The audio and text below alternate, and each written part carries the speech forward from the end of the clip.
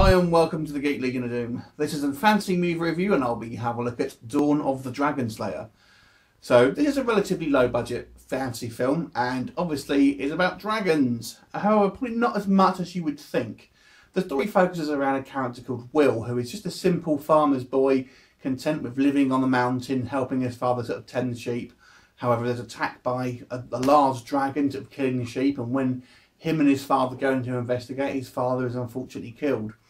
So Will's got no choice to kind of go down to the local land or the local lord or landowner or whatever he is, and kind of try and serve him because there's nothing for him in this kind of just sort of very out of the way farmland.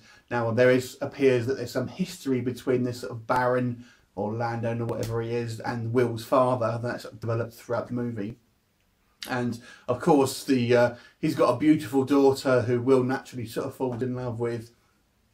And his daughter is betrothed to this kind of arrogant sort of nobleman who kind of wants her for himself. Really, that's kind of the majority of this film. There's obviously a kind of climax where they kind of face a dragon at the end.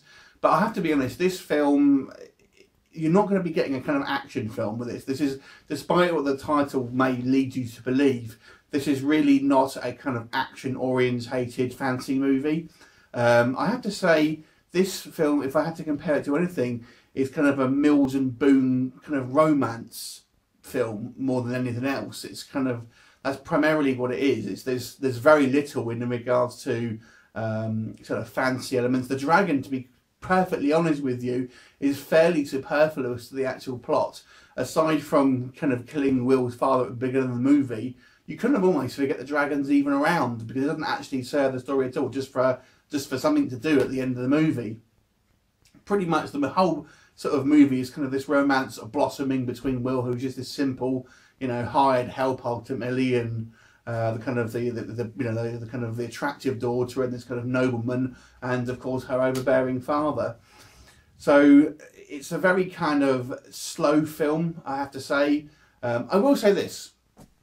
I would say it's very well shot. It looks very good, and the actual camera work, I think, is pretty decent. And some of the scenery that is shot as well, the kind of locations do look very sort of very kind of rustic and kind of give you a good sort of authentic feel. And I have to say the acting is reasonable as well. It's not amazing. There are a few kind of lines which are a little bit sort of delivered a little bit awkwardly, but overall I have to say for this kind of level of film, it's not bad. But unfortunately, the story just isn't very interesting, I have to say. Now, I know a lot of people kind of like this movie, but I just think it just spends far too long just fannying about with this kind of like romance. I mean, it seems to me this film was kind of made with that kind of, like I say, kind of like a Mills and Boon kind of romance novel kind of feel to it. So if you're a fan of that sort of thing, then you're going to probably like this movie.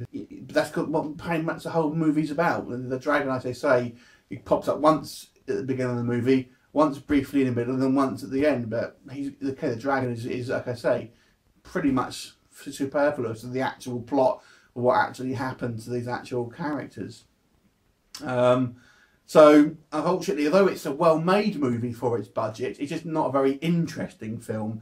And it actually reminds me of, if you've ever watched these kind of period TV dramas, especially the kind of thing you'll see in the BBC, it kind of reminds me of that. It almost should be like an episode of this kind of this ongoing, but it's quite small scale, and there's no sort of larger ramifications in what happens. It's kind of a relatively small cast, and kind of what happens with these sort of people ultimately has no real bearing on kind of the outside world, and really just within their individual lives. So it's kind of a fairly intimate film, but like I said, it's a relatively long movie as well for this kind of movie. It's not super long, but it's probably longer than the average sort of these films that I watch. And it doesn't need to be. There's so much time just these two sort of lovers kind of parading around in the kind of like the nice sort of scenery and stuff. It just needs to be tightened up, I think. It's just so much time is spent on it, and it just kind of makes it boring. But like I said, if you like those kind of fancy romances, then this is probably going to be a good movie for you. But on a technical level, I thought it was quite good. So I'm going to give this one a 5 out of 10. Have you seen it? What did you think of it? Leave me a comment. I look forward to seeing you next time. Bye for now.